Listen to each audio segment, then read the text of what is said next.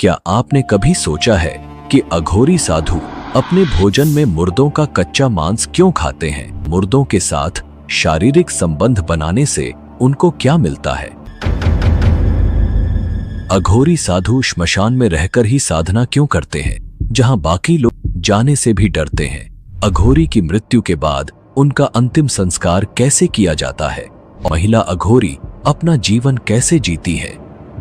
आज हम आपको सच्चे अघोरी की पहचान से लेकर उनके इस रहस्यमयी जीवन के सभी पहलुओं पर ले चलेंगे, जिसे जानकर आप हैरान रह जाएंगे। यह डॉक्यूमेंट्री आपकी सोच को पूरी तरह बदल देगी। श्मशान की राख से ढके शरीर, हाथों में मानव खोपड़ी और जीवन और मृत्यु के बीच का संबंध।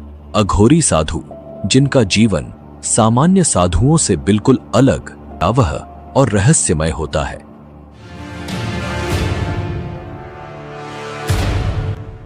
श्मशान, जहां आम लोग जाने से भी डरते हैं, वहां ये साधु अपनी साधनाएं करते हैं, मृत्यु और आत्मा के गूढ़ रहस्यों को जानने के लिए।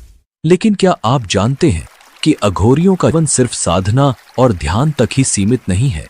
उनके अनुष्ठानों में शव भक्षण, मंत्र और अजीबोगरीब शारीरिक क्रियाएं शामिल होती हैं, जो हमारी सोच से परे हैं। सदियों से इन साधुओं का जीवन, उनकी साधनाएं और उनकी चमत्कारी शक्तियों का रहस्य भय से घिरी रही है।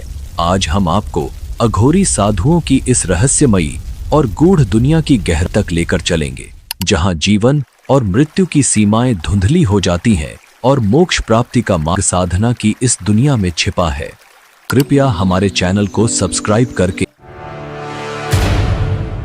अघोरी साधु एक ऐसा नाम जो अपने आप में ही रहस्य और विचित्रता को समेटे हुए है। इनके जीवन का हर पहलू समाज की परंपराओं और नियमों से एकदम अलग और विपरीत होता है। श्मशान की राख से लिपटा हुआ शरीर, गले में हड्डियों की माला, हाथों में मानव खोपड़ी और उनकी आंखों में तेज, जिसे देखकर कोई भी कांप उठे, और काले चोंगे में लिपटे ये साधु किसी रहस्यमयी दुनिया प्रतीत होते हैं। अघोरी साधु अपने जीवन को साधारण मानव की धारणाओं से परे समझते हैं। जहां हम भोजन को पवित्र मानते हैं, वहीं अघोरी साधु शवों का मांस खाते हैं और मानव खोपड़ी, वे कपाल कहते हैं, उसमें भोजन करते हैं। यह उनके लिए कोई घृणास्पद कार्य नहीं है कि यह शिव के कपालधारी रूप का अनुसरण है। वे मानते हैं कि शिव का हर रूप पवित्र है, चाहे वह शव हो या मल, कुछ भी उनके लिए अपवित्र नहीं होता। ये अपने शरीर पर श्मशान की राख इसलिए लगाते हैं क्योंकि ये भगवान शिव का प्रतीक मानी जाती है, और इसके पीछे एक वैज्ञानिक पहलू भी है। राख में कैल्शियम, फास्फोरस और अन्य खनिज होते हैं जो त्वचा की बीमारियों से शरीर की सुरक्षा कर सकते हैं। उनके लिए माता काली और भगवान शिव का भैरव रूप ही उनके गुरु होते हैं, और जिस तरह भगवान शिव और माता काली मुंडों की माला पहनते हैं, अघोरी साधु भी मुर्दों की खोपड़ियों का हार पहनते हैं। अघोरी साधुओं का सबसे विवादास्पद पहलू है उनका यौन संबंधों को लेकर दृष्टिकोण। अघोरी साधु अन्य साधुओं की तरह ब्रह्मचर्य का पालन नहीं करते हैं। इनके अनुसार जीवन के हर पहलू को स्वीकार करना आवश्यक है, चाहे वह यौन संबंध हो या अन्य वर्जित कृत्य। जितना हम अघोरियों की रहस्यमयी दुनिया में गहराई से उतरते हैं, उतना ही हमें रहस्य और रोमांच का अनुभव होता है। राख से लिपटे हुए ये अघोरी साधु श्मशान घाट में मिले अधजले शवों का मांस खाते हैं, तो कभी शव के साथ यौन संबंध बनाते हैं, और यह सब वहीं नहीं रुकता। वे मासिक धर्म के दौरान जीवित महिलाओं के साथ भी शारीरिक संबंध बनाते हैं। यह जानकर आपके मन में सवाल जरूर उठेगा, आखिर ये साधु कैसे हो सकते हैं? समाज में साधुओं का ब्रह्मचर्य का पालन करना अनिवार्य माना जाता है, और अघोरी न तो ब्रह्मचर्य का पालन करते हैं और न ही इनका खान पान साधु संतों जैसा होता है। मांस और मदिरा का भोग लगाने वाले ये अघोरी शिव के पुजारी होने का दावा फिर क्यों करते हैं? श्वेताश्वतरोप उपनिषद में भगवान शिव को अघोरनाथ कहा गया है। अघोरी बाबा भी शिव के इसी रूप की उपासना करते हैं। बाबा भैरवनाथ भी इनके आराध्य मानते हैं। शव के साथ यौन संबंध बनाने और मांस खाने के पीछे भी इनका तर्क अघोर पंथ की ही तरह शाश्वत है। तो शव के साथ यौन संबंध क्यों? अघोरी इस प्रचलित धारणा को स्वीकार करते हैं कि शव के साथ शारीरिक संबंध बनाना शिव और शक्ति की उपासना का एक तरीका है। उनका मानना है कि यदि इस क्रिया के दौरान उनका मन ईश्वर की भक्ति में लगा रहे तो यह साधना का सबसे ऊंचा स्तर होता है। मासिक धर्म में महिलाओं के साथ संबंध बनाने के पीछे भी एक मान्यता है। अघोरी ब्रह्मचर्य का पालन नहीं करते क्योंकि ये अपनी शक्तियों को जागृत करने के लिए कुछ विशेष परीक्षाओं से गुजरते हैं। ऐसी महिलाओं के साथ जिनका मासिक धर्म चल रहा हो, शारीरिक संबंध बनाना उनके लिए शक्ति प्राप्त करने का तरीका है। उनका मानना है कि अगर इस दौरान वे भगवान शिव में लीन रह जाते हैं तो उन्हें विशेष शक्ति की प्राप्ति होती है। कहा जाता है कि जब अघोरी साधु ढोल मंजीरे और नगाड़ों के बीच शारीरिक संबंध बनाते हैं तब यह उनकी सबसे कठिन शक्ति परीक्षा होती है। अगर इस दौरान वे अपने ध्यान को शिव में स्थिर पाते हैं तो वे संपूर्ण रूप से अघोरी माने जाते हैं। यह उनके लिए एक प्रकार से ब्रह्मचर्य का पालन करने जैसा ही होता है, जहां शारीरिक क्रियाओं के बावजूद उनका ध्यान केवल भगवान शिव में केंद्रित रहता है। अघोरी साधु उन चीजों का प्रयोग करते हैं जिन्हें समाज अपवित्र या वर्जित मानता है। के लिए मल, मूत्र, शव और अपशिष्ट सामग्री भी साधना के हिस्से हैं। का मानना है कि शिव हर चीज में विद्यमान है, चाहे वह कितनी भी घृणित क्यों ना हो। यह अभ्यास घृणा और सामाजिक धारणाओं से ऊपर उठने में मदद करता है। क्या आप अघोरी साधुओं के बारे में कुछ नया जानते हैं? तो कमेंट करके जरूर लिखें। जिसका कमेंट सबसे अच्छा और रोचक होगा उसकी कमेंट पिन की जाएगी। एक सामान्य इंसान कैसे अघोरी साधु बनता है? ये सिर्फ साधना का रास्ता है या इसके पीछे कोई गहरा रहस्य छुपा है? ये आज हम इस बारे में विस्तार से बात करते हैं। अघोरी साधु बनने की प्रक्रिया इतनी सरल नहीं है जितनी दिखती है। ये एक साधारण व्यक्ति की जीवन शैली से पूरी तरह अलग होती है। सबसे पहले अगर कोई अघोरी बनना चाहता है तो उसे अपने जीवन से जुड़े हर मोह माया, रिश्ते नाते और यहाँ तक कि अपनी पहचान को भी छोड़ना पड़ता है। हमारे सनातन धर्म में जन्म से लेकर मृत्यु तक 16 संस्कार बताए गए हैं। जो भी इस संसार में जन्म लेता है उसे एक दिन इस दुनिया से जाना ही पड़ता है और अघोरियों के साथ भी शुरुआत में यही होता है। अगर कोई अघोरी बनना चाहता है तो सबसे पहले उसे जीते जी अपना श्राद्ध या फिर पिंडदान करवा पड़ता है। इसका मतलब ये कि पूरी दुनिया को ये संदेश देना होगा वो जिंदा है, पर अब से उसने हर मोह माया को त्याग दिया है।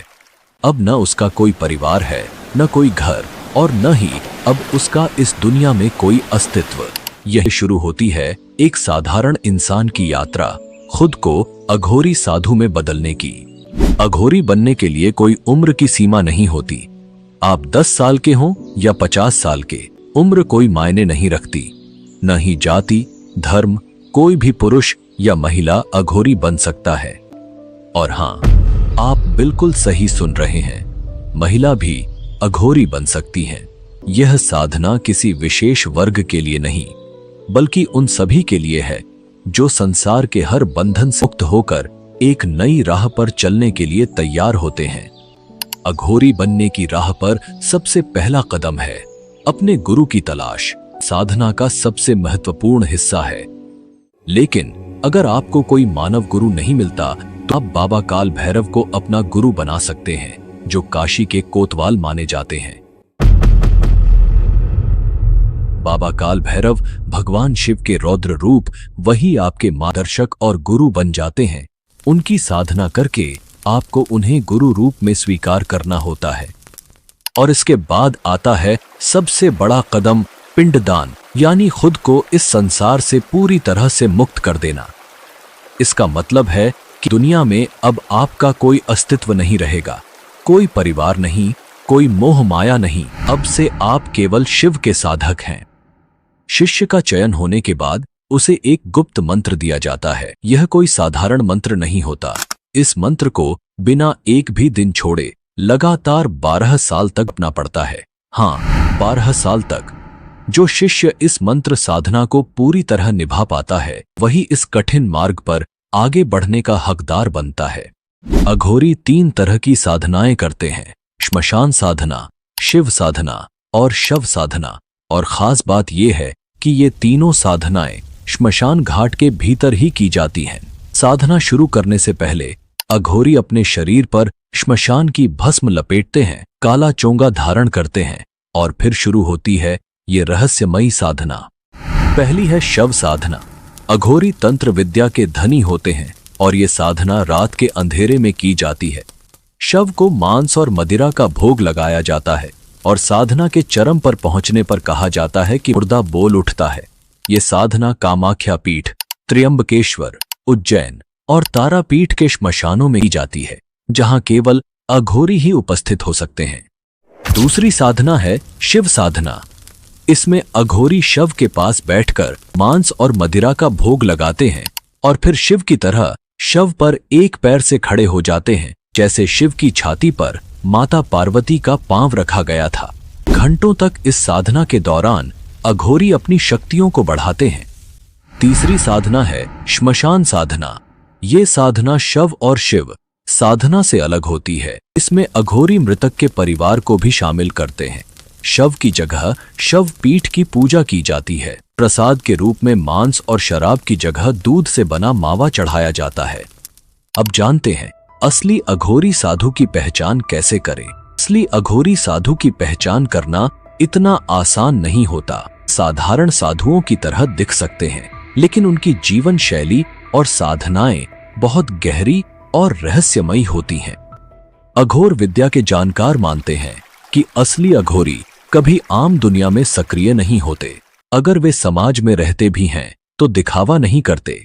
वे सिर्फ अपनी साधना में लीन रहते हैं। अगर कोई अघोरी आपसे पैसे मांगता है तो समझिए वह सच्चा अघोरी नहीं हो सकता, क्योंकि असली अघोरी कभी किसी से कुछ मांगते नहीं हैं। कलयुग में कोई भी राख लगाकर, काले कपड़े पहनकर और खोपड़ी लेकर अघोरी जैसा दिख सकता है, लेकिन असली पहचान उनके साधना में होती है। जहां पैसे का खेल हो, वहां से दूर रहना ही बेहतर है। पैसा इंसानों ने बनाया है, भगवान को इसकी जरूरत नहीं होती। अघोरियों के बारे में कहा जाता है कि वे बाहर से रूखे दिख सकते हैं, लेकिन भीतर उनके जन कल्याण की भावना छुपी होती है। अगर किसी पर उनकी कृपा हो जाए, वे अपनी सिद्धियों का फल देने में भी पीछे नहीं हटते। और अगर कोई उन्हें पसंद आ जाए तो वे उसे अपनी तंत्र विद्या सिखाने को भी तैयार हो जाते हैं। ध्यान रहे, उनका क्रोध बेहद प्रचंड होता है। मनोज ठक्कर, जिन्होंने अघोरी अ बायोग्राफिकल नॉवल लिखी है, बताते हैं कि अघोरी बेहद सरल स्वभाव के होते हैं और प्रकृति के साथ रहना पसंद करते हैं। वे किसी से कोई मांग नहीं करते, न ही वे किसी से पैसे लेते हैं। उनका जीवन हर किसी के कल्याण के लिए प्रार्थना करने में समर्पित होता है। अघोरी हर चीज को ईश्वर के अंश के रूप में देखते हैं। वह न तो किसी से नफरत करते हैं और न ही किसी चीज को अस्वीकार करते हैं। इसी कारण वे इंसानी और जानवरों के मांस में कोई भेदभाव नहीं करते। जानवरों की बलि उनकी पूजा पद्धति का एक महत्वपूर्ण हिस्सा है। और हां, वे गांजा पीते हैं, लेकिन नशे में भी उन्हें अपने बारे में पूरी तरह से होश रहता है। उनकी साधना और उनका जीवन हर पहलू में शिव से जुड़ा होता है। आपसे एक सवाल है, क्या आप कभी जीवन में ऐसे संत महात्मा या अघोरी साधु से मिले हैं जिसने आपको प्रभावित किया हो? तो अपने अनुभव और उस जगह का नाम कमेंट में लिखें। जिसका कमेंट सबसे अच्छा होगा, उन 5 लोगों की कमेंट अगली वीडियो में दिखाई जाएगी। अब जानते हैं कि अघोरी साधु का अंतिम संस्कार कैसे किया जाता है और उनके शव के साथ क्या होता है।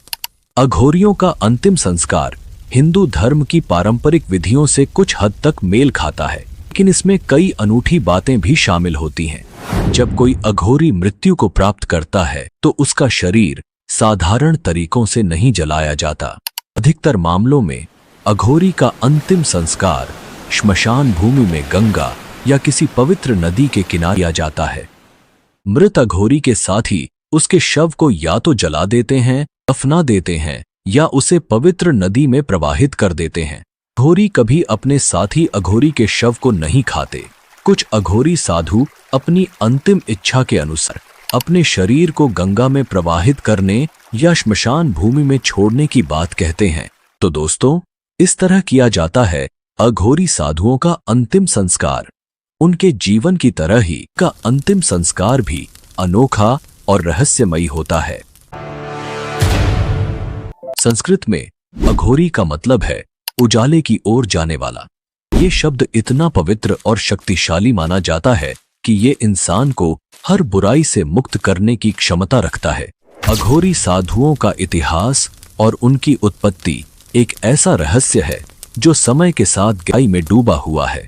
इनका संबंध उन प्राचीन तांत्रिक परंपराओं से है जो सदियों से अपने आप में अद्वितीय और रहस्यमयी मानी जाती हैं।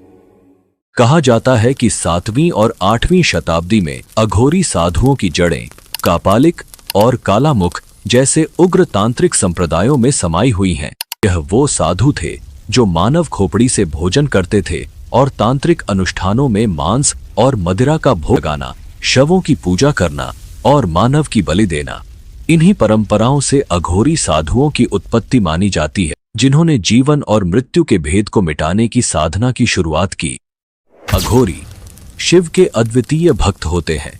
ये साधु शिव के भैरव रूप की पूजा करते हैं और अपने जीवन को मोक्ष की प्राप्ति के लिए समर्पित कर देते हैं। अघोर साधना की ये यात्रा बेहद कठिन और रहस्यमयी मानी जाती है। अघोरी साधु मानते हैं कि हर आत्मा परम शिव है और जीवन के अष्ट महापाश काम, क्रोध, लालच, नशा, भय और घृणा से परे होते हैं। अंधकार से शुरू करते हैं, फिर प्रकाश की ओर बढ़ते हैं और अंत में आत्मबोध को प्राप्त करते हैं। साधना में अवधूत भगवान दत्तात्रेय को अघोर पंथ का मार्गदर्शक माना जाता है। तो हमारे मन में प्रश्न उठता है कि अघोर पंथ के प्रणेता कौन थे? अघोर साधना की उत्पत्ति का श्रेय स्वयं भगवान शिव को दिया जाता है, परंतु अघोरी परंपरा पहले महान संत जिन्हें हम जानते हैं वो थे बाबा कीनाराम। अघोरी परंपरा को संगठित रूप देने का श्रेय जाता है बाबा कीनार को, जो अघोरी साधुओं के आदिगुरु माने जाते हैं। कहते हैं बाबा कीनाराम का जन्म 1658 में उत्तर प्रदेश के रामगढ़ गांव में क्षत्रिय परिवार में हुआ था। उनका जन्म भाद्रपद के चंद्र महीने के कृष्ण पक्ष की चतुर्दशी के दिन हुआ था, जिसे शिव पूजा के लिए शुभ माना जाता है। दांतों के पूरे सेट के साथ पैदा हुए थे, जो एक दुर्लभ घटना और आध्यात्मिक शक्ति का संकेत है। 17वीं शताब्दी में जन्मे बाबा कीनाराम को एक चमत्कारी संत के रूप में देखा जाता है, जिनका जीवन असाधारण घटनाओं से भरा हुआ था। कहा जाता है कि जन्म के 3 दिन बाद तक वे न रोए, न ही उन्होंने अपनी मां का दूध पिया। 3 दिव्य साधु, जिन्हें ब्रह्मा, विष्णु और महेश का अवतार माना गया, उनके पास आए और उनके कान में कुछ मंत्र फूंक दिए। तभी उन्होंने पहली बार रोना शुरू किया और अपनी मां का दूध पिया। ये घटना उनके दिव्य जीवन की शुरुआत मानी जाती है। बाबा कीनाराम का जीवन असाधारण था। कहते हैं वो 150 साल तक जीवित रहे, अघोर पंथ को मजबूत किया। बाबा कीनाराम, जिनमें कम उम्र से ही आध्यात्मिक झुकाव के गहरे लक्षण दिखाई दिए, मात्र 11 साल की उम्र में गुरु की तलाश में अपना घर छोड़कर निकल पड़े। अपनी खोज के दौरान बाबा कीनाराम भगवान दत्तात्रेय के शिष्य बाबा कालूराम से मिले, जिन्होंने उन्हें अघोर मार्ग में दीक्षित किया। बाबा कालूराम ने उन्हें अघोर शास्त्र के गहरे और रहस्यमयी सिद्धांतों से परिचित कराया। बाबा कीनाराम को जल्द ही इस साधना की गहराइयों का बोध हुआ और वे एक कुशल अघोरी साधक बन गए। बाबा कीनाराम की साधना तब और विशेष हो गई। उन्हें अघोर साधना की देवी हिंगलाज माता का आशीर्वाद प्राप्त हुआ। बलूचिस्तान की एक गुफा में देवी हिंगलाज उनके सामने प्रकट हुई और बाबा कीनाराम को एक दिव्य मंत्र खोपड़ी भेंट की।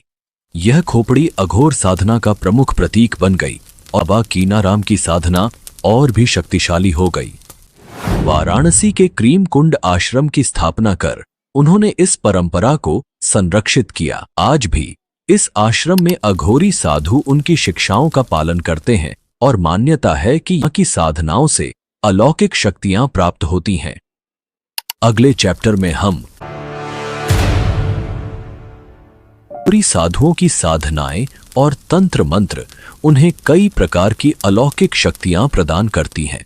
ये शक्तियां, जिन्हें सिद्धियां कहा जाता है, अघोरी साधुओं को अद्वितीय बनाती हैं। इन सिद्धियों के माध्यम से वे अपनी इंद्रियों, मानसिक शक्तियों और चेतना पर पूर्ण नियंत्रण प्राप्त करते हैं। आइए जानते हैं इन 6 प्रमुख शक्तियों के बारे में। सबसे पहले है इच्छित अवति शक्ति। यह शक्ति अघोरी साधुओं को दूसरों की इच्छाओं को पूर्ण करने की क्षमता देती है। यह वरदान देने की शक्ति उन्हें अद्वितीय बनाती है, चाहे वह धन की इच्छा हो या शांति की। इस शक्ति से वे दूसरों की मनोकामनाएं पूरी कर सकते हैं। दूसरी है याचन शक्ति। यह शक्ति अघोरी साधु को अपनी खुद की इच्छाओं को पूरा करने में सक्षम बनाती है। इसके माध्यम से वे अपनी भौतिक और आध्यात्मिक इच्छाओं की पूर्ति कर सकते हैं, चाहे वो किसी भी वस्तु या स्थिति से संबंधित हो। तीसरी शक्ति है श्रवण शक्ति। यह शक्ति साधु को सूक्ष्म और अदृश्य ध्वनियों को सुनने की क्षमता देती है। इस शक्ति से वे देवताओं, आत्माओं और अदृश्य शक्तियों से संवाद कर सकते हैं और इनसे निर्देश प्राप्त कर सकते हैं। अघोरी साधुओं की चौथी शक्ति है क्रिया शक्ति। यह उन्हें निरंतर सक्रिय और साधनारत बनाए रखती है। इस शक्ति से साधक शारीरिक और मानसिक रूप से तंत्र क्रियाओं में लीन रहते हैं और बिना थके अपनी साधनाओं को पूरा कर सकते हैं। पांचवी शक्ति है प्रवेश अवति शक्ति। यह शक्ति अघोरी साधु को त्रिकालदर्शी बना देती है, जिससे वे भूत, वर्तमान और भविष्य की घटनाओं को देख सकते हैं। यह उन्हें दिव्य ज्ञान और भविष्यवाणी करने की क्षमता प्रदान करती है।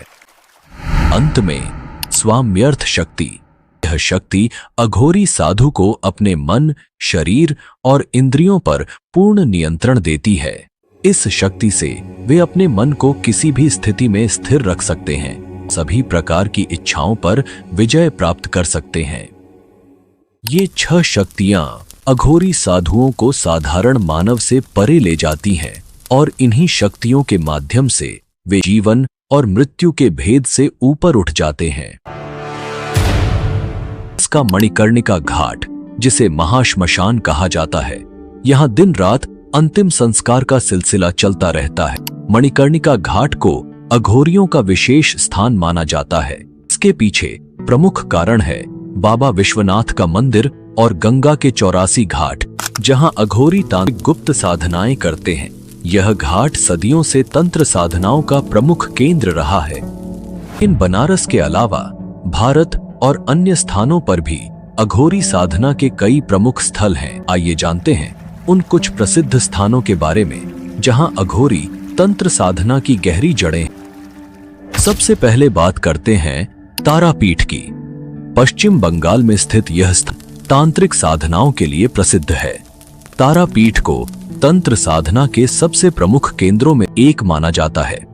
यहाँ सती पार्वती की आंखें भगवान विष्णु के सुदर्शन चक्र से कटकर गिरी थीं। दूसरा महत्वपूर्ण स्थान है हिंगलाज धाम, जो वर्तमान में पाकिस्तान के बलूचिस्तान राज्य में स्थित है। हिंगलाज देवी का यह शक्तिपीठ हिंदू धर्म में अति पवित्र माना जाता है। यहाँ सती का सिरोभाग गिरा था।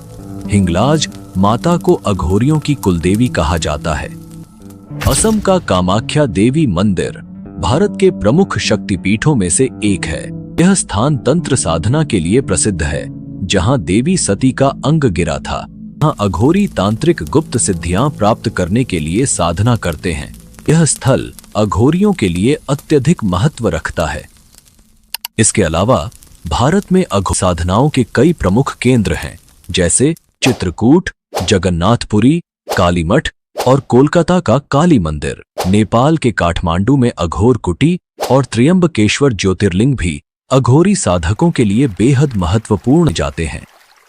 क्या आपके गांव या शहर में ऐसा कोई स्थान है जहां तांत्रिक साधना की जाती हो? अगर हां, तो कमेंट करके जरूर बताएं ताकि दूसरे लोग भी इसके बारे में जान सकें।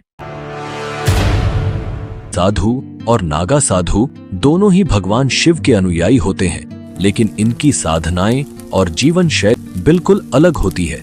आइए जानते हैं कैसे। पहली बात करते हैं गुरु की। अघोरी साधुओं के गुरु स्वयं भगवान शिव माने जाते हैं और ये भगवान शिव के 5वें अवतार के रूप में जाने जाते हैं। वहीं नागा साधुओं के लिए उनके अखाड़े के प्रमुख ही उनके गुरु होते हैं, जो उन्हें दीक्षा देते हैं और साधना का मार्ग दिखाते हैं। प्रमुख स्थान की। अघोरी साधु ज्यादातर श्मशान घाटों पर साधना करते हैं, जबकि नागा साधु हिमालय, काशी, गुजरात और उत्तराखंड की गुफाओं में रहते हैं। उनकी जगहें गुप्त होती हैं और वे अपनी साधनाओं के लिए एक गुफा से दूसरी गुफा में जाते रहते हैं। अघोरी साधु श्मशान घाटों पर शवों के बीच साधना करते हैं, जबकि नागा साधु गुफाओं और गुप्त स्थानों पर तपस्या करते हैं। अघोरी साधु बनने के लिए साधक को कई साल श्मशान में कठिन साधनाएं करनी होती हैं, जबकि नागा साधु बनने के लिए अखाड़े में दीक्षा लेनी पड़ती है और करीब 12 साल की कठिन साधना करनी होती है। बात करते हैं भोजन की। अघोरी साधु केवल मांसाहारी होते हैं और वे शवों का मांस भी खाते हैं। नागा साधु मांसाहारी और शाकाहारी दोनों हो सकते हैं, लेकिन कुछ नागा साधु शाकाहार का पालन भी करते हैं। तो अघोरी साधु अपने शरीर को जानवरों की खाल से ढकते हैं, जबकि नागा साधु वस्त्र के बिना नंगे रहते हैं। यह भी उनकी साधना का एक हिस्सा होता है। नागा साधु ब्रह्मचर्य का कड़ाई से पालन करते हैं, जबकि अघोरी साधु शवों के साथ शारीरिक संबंध भी बनाते हैं। यह उनके तंत्र साधना का हिस्सा होता है। वे इसे शिव और शक्ति की उपासना का तरीका मानते हैं। आध्यात्मिक दृष्टि से असाधु जीवन और मृत्यु के भेद को मिटाकर मोक्ष प्राप्त करना चाहते हैं।